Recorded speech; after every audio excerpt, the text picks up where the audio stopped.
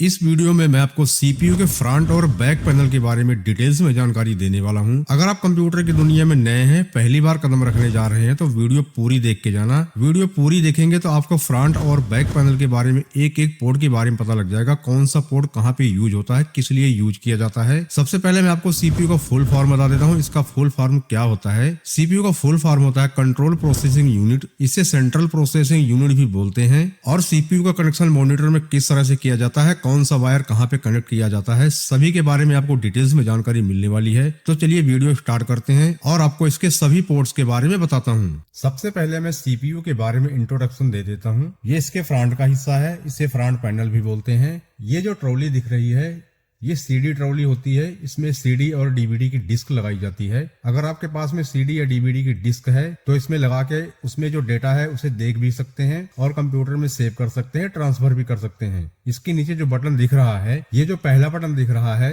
इस CD trolley को in out करने के लिए है। जब इसको प्रेस करेंगे तो ये ट्रॉली बाहर आ जाएगी। दोबारा प्रेस करेंगे तो ट्रॉली फिर से अंदर चली जाएगी। इसके बगल में जो स्विच दिख रहा है, ये स्विच सीपीयू को ऑन करने के लिए होता है। जब इस स्विच को प्रेस करेंगे तो यहाँ पर रेड और ब्लू कलर की लाइट जलेगी, आपका कंप्यूटर ऑन हो जाएगा। ब्लू कलर की लाइट जलेगी, इसका मतलब आपका पीसी ऑन हो गया है। रेड कलर की लाइट जलेगी, इसका मतलब आपका कंप्यूटर स्टोरेज डिवाइस से कनेक्ट हो गया है। उसके नीचे का जो स्विच आप देख रहे हैं, ये रीस्टार्ट स्विच होता है। रीस्टार्ट बटन हमेशा पावर बटन के नीचे होता है। इस बटन को आप पावर स्विच या पावर बटन भी बोल सकते हैं। पावर बटन हमेशा साइज में बड़ा होता है और रीस्टार्ट बटन उसके बगल में होता है, साइज में छोटा होता है। रीस्टार्ट बटन को तब यूज किया जाता है जब विंडो अपडेट होती है या कोई सॉफ्टवेयर इंस्टॉल किया जाता है, तब इसे रिस्टार्ट किया जाता है। उसके नीचे का जो पोर्ट देख रहे हैं, हेडफोन पोर्ट है। ये 3.5 mm का पोर्ट होता है। और उसके नीचे का जो पोर्ट देख रहे हैं, ये माइक का पोर्ट होता है। यहाँ पे आप माइक लगा के अपनी वॉइस रिकॉर्ड कर सकते हैं। उसके नीचे के दो पोर्ट दिख रहे हैं, यूएसबी पोर्ट होते हैं। जो ब्लैक कलर का पोर्ट दिख रहा है, ये 2.0 पोर्ट होता है। इसकी स्पीड थोड़ा सा कम होती है, 2.0 होती है। जो नीचे ब्लू कलर का पोर्ट दिख रहा है, ये 3.0 होता है। 3.0, 3.1, 3.2 ये ब्लू कलर में आते हैं। इससे डेटा ट्रांसफर की स्पीड बहुत ज्यादा होती है। और इसके नीचे की जो स्ट्रिप दिख रही है व्हाइट कलर की, ये RGB स्ट्रिप है। ये सभी सीपीयू में नहीं होते हैं, किसी किसी सीपीयू में होते हैं, इसमें दिया हुआ है। ये सिर्फ फैशन के तौर पे होता है। इससे सीपीयू का शो बढ़ जाता है और लाइटिंग होती है, इससे लाइटिंग दिखती है। यहाँ पे इसके कंपनी का नाम लिखा हुआ है, जिस कंपनी का सीपीयू है उसका नाम लिखा हुआ है। अब मैं आपको इसके साइड का हिस्सा दिखाता हूँ, उसके बाद में बैक साइड का हिस्सा दिखाता हूँ।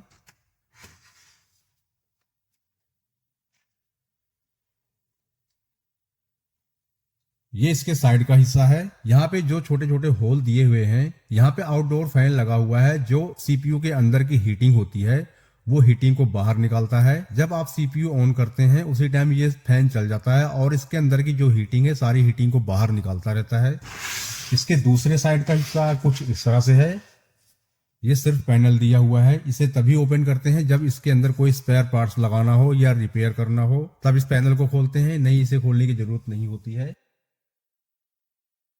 अब मैं आपको इसके बैक साइड का हिस्सा दिखाता हूँ। इसे बैक पैनल भी बोलते हैं। इसे ध्यान से समझिए। ये जो इतना हिस्सा देख रहे हैं, ये पावर सप्लाई होता है। इसे SMPS भी बोलते हैं, PSU भी बोलते हैं और पावर सप्लाई भी बोलते हैं। पहले मैं सारे पोर्ट के बारे में आपको समझा देता हूँ, उसके बाद में इसका कनेक्शन कैसे किया जाता है उसके बारे में भी आपको बताऊंगा। ये जो फीमेल टाइप का कनेक्टर दिख रहा है, यहाँ पे एक पावर सप्लाई का केबल लगता है, यानी कि मेन सप्लाई 220 वोल्ट की जो सप्लाई आती है वो यहाँ पे लगाई जाती है। उसके नीचे जो हिस्सा, इसे बैक पैनल बोलते हैं। यहाँ पे जो दो USB पोर्ट दिख रहे हैं, ब्लैक कलर के हैं, ये भी 2.0 के पोर्ट है। उसके नीचे का जो पोर्ट दिख रहा है, ये VGA पोर्ट होता है, ये 15 पिन का पोर्ट होता है। उसके नीचे का जो पोर्ट दिख रहा है, HDMI पोर्ट है। यहाँ पे आप HDMI केबल लगा सकते हैं, यहाँ पे HDMI केबल लगा सकते हैं, यहाँ पे VGA केबल लगा सकते हैं। दोनों का काम सेम होता है, इससे भी डिस्प्ले आउट होता है और इससे भी डिस्प्ले आउट होता है। दोनों का कनेक्शन मॉनिटर में होता है। अगर आपके पास में VGA सपोर्ट मॉनिटर है तो यहाँ पे केबल लगा सकते हैं, HDMI सपोर्ट मॉनिटर है तो यहाँ पे लगा सकते हैं। उसके नीचे जो 4 पोर्ट दिख रहे हैं, ये भी USB 2.0 के पोर्ट हैं। इस पीसी में 3.0 का पोर्ट सिर्फ एक दिया हुआ है, जो कि फ्रंट पैनल में आगे दिया हुआ है, ब्लू कलर का है। मैंने आपको इसके पहले दिखा दिया है। 2 पोर्ट ऊपर दिए हुए हैं और 4 पोर्ट नीचे दिए हुए हैं, दोनों 2.0 के पोर्ट हैं। इनमें आप कीबोर्ड, माउस, कैमरा, ब्लूटूथ वगैरह जो भी कनेक्ट करना चाहते हैं कनेक्ट कर सकते हैं। इसके नीचे का जो पोर्ट है, इसे इथरनेट पोर्ट बोलते हैं। इसमें आप इंटरनेट की केबल लगा सकते हैं। यहाँ पे इंटरनेट की केबल लगा के इंटरनेट एक्सेस कर सकते हैं। इसे RJ45 पोर्ट बोलते हैं। इसमें RJ45 का कनेक्टर लगता है जो कि इंटरनेट का होता है। उसके बाद में आपको 3 पोर्ट यहाँ पे और दिख रहे होंगे। यहाँ पे जो 3 पोर्ट दिख रहे हैं, जो पिंक कलर का पोर्ट है ये माइक का पोर्ट होता है, जो ग्रीन कलर का पोर्ट है ये हेडफोन या स्पीकर पोर्ट होता है। आप यहाँ पे अपना हेडफोन या स्पीकर कनेक्ट कर सकते हैं। और जो ब्लू कलर का पोर्ट है ये लाइन आउट पोर्ट होता है। इसके नीचे जो पोर्ट दिख रहे हैं इसमें ग्राफिक कार्ड लगा हुआ है। जो पहला पोर्ट दिख रहा है DVI पोर्ट है। इसके बगल में एक और HDMI पोर्ट लगा हुआ है। यहाँ भी आप मॉनिटर का HDMI केबल कनेक्ट कर सकते हैं और यहाँ पे VGA केबल कनेक्ट कर सकते हैं। इस ग्राफिक कार्ड में 3 डिस्प्ले कनेक्टर दिया हुआ है। मॉनिटर के साथ में VGA केबल भी लगा सकते हैं, HDMI केबल भी लगा सकते हैं और DVI केबल भी लगा सकते हैं। ये जो फैन दिख रहा है ये भी एग्जॉस्ट फैन है। इसके अंदर की हीटिंग को बाहर करता है। इसके साइड में जो फैन दिया हुआ है वो भी अंदर की हीटिंग बाहर करता है।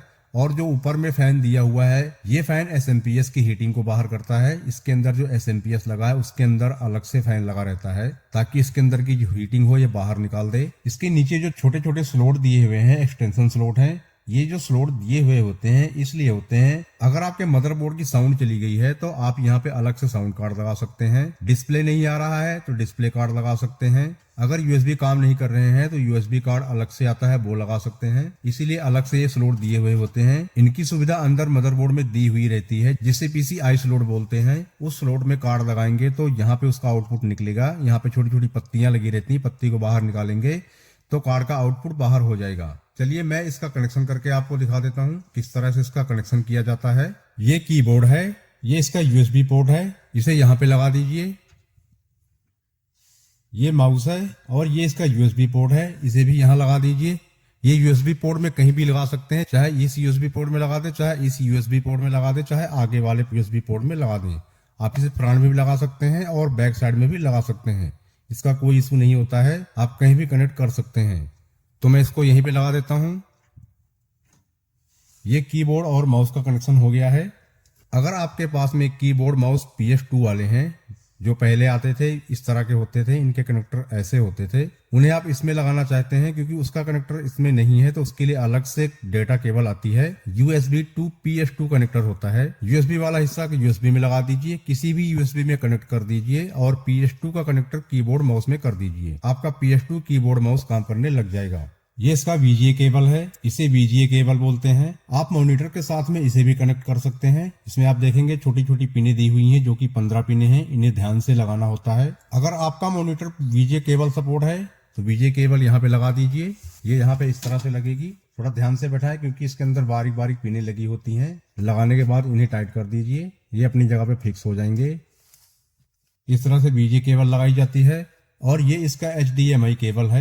अगर आपको VGA केबल नहीं लगाना है, HDMI केबल लगाना है तो इसे लगा सकते हैं। जब आप HDMI केबल लगाएंगे तो VGA केबल लगाने की जरूरत नहीं है, दोनों में से एक को लगाएं। इसको लगाना बहुत आसान है, इसे आप यहाँ भी लगा सकते हैं। यहाँ भी मैंने आपको बताया HDMI का पोर्ट दिया हुआ है और नीचे ग्राफिक कार्ड में भी दिया हुआ है, आप इसे यहाँ भी लगा सकते हैं। ये इसका HDMI केबल लग गया है। और ये इसका इंटरनेट केबल है, इसे RJ45 केबल बोलते हैं, इससे इंटरनेट कनेक्ट होता है। ये RJ45 पोर्ट में लगेगा, ये यहाँ पे लगेगा।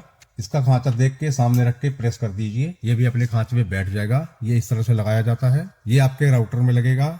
अगर आपके पास में वाईफाई है तो इस केबल को लगाने की जरूरत नहीं है, आप इसमें डोंगल लगा दीजिए। डोंगल के साथ में वाईफाई कनेक्ट करके इंटरनेट एक्सेस कर सकते हैं। इसको लगाने का एक फायदा होता है, इससे स्पीड बहुत अच्छी मिलती है, नेट स्लो नहीं होता है।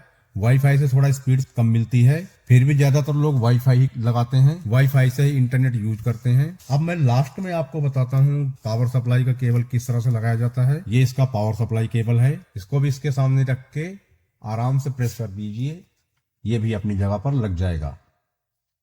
अब इस कंप्यूटर का कनेक्शन हो चुका है, ये ऑन होने के लिए रेडी है। लास्ट में मैं आपको एक चीज बताता हूँ जो कि बोनस के तौर पे होगी।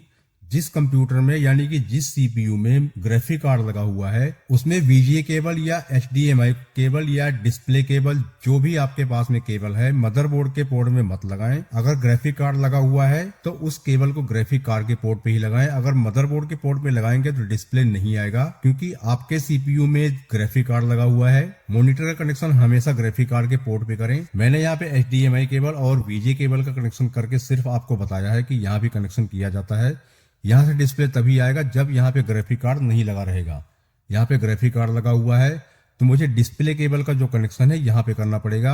अगर यहाँ से मैं डिस्प्ले आउटपुट चाहूँगा तो यहाँ से नहीं मिलेगा, ग्राफिक कार्ड के पोर्ट में लगाना पड़ेगा। अगर मैं ग्राफिक कार्ड बाहर निकाल दूंगा तो डिस्प्ले यहाँ से आ जाएगा। ग्राफिक कार्ड इसलिए लगाया जाता है, इसको लगाने से कंप्यूटर स्मूथ चलता है और इसकी लाइटिंग कम होती है, यानी कि हैंग नहीं होता है। मैंने सिर्फ आपको नॉलेज के पर्पज पे यहाँ पे लगा के दिखाया है। अगर आप ऑफिस का या स्ट्रीमिंग या म्यूजिक वगैरह सुनते हैं तो आप केवल यहीं पे लगा लीजिए, आपको ग्राफिक कार्ड लगाने की जरूरत नहीं है। जिस तरह से आपने यहाँ पे कनेक्शन किया है सेम वही प्रोसेस यहाँ पे है, यहाँ पे उसी तरह से कनेक्शन कर सकते हैं। जब भी केबल कंप्यूटर में कनेक्ट करें इसका खांचा देख के कनेक्ट करें। जैसे इसमें मेल टाइप का खांचा होता है, उसमें फीमेल टाइप का खांचा होता है। अगर उल्टा लगाएंगे तो ये उल्टा नहीं लगेगा।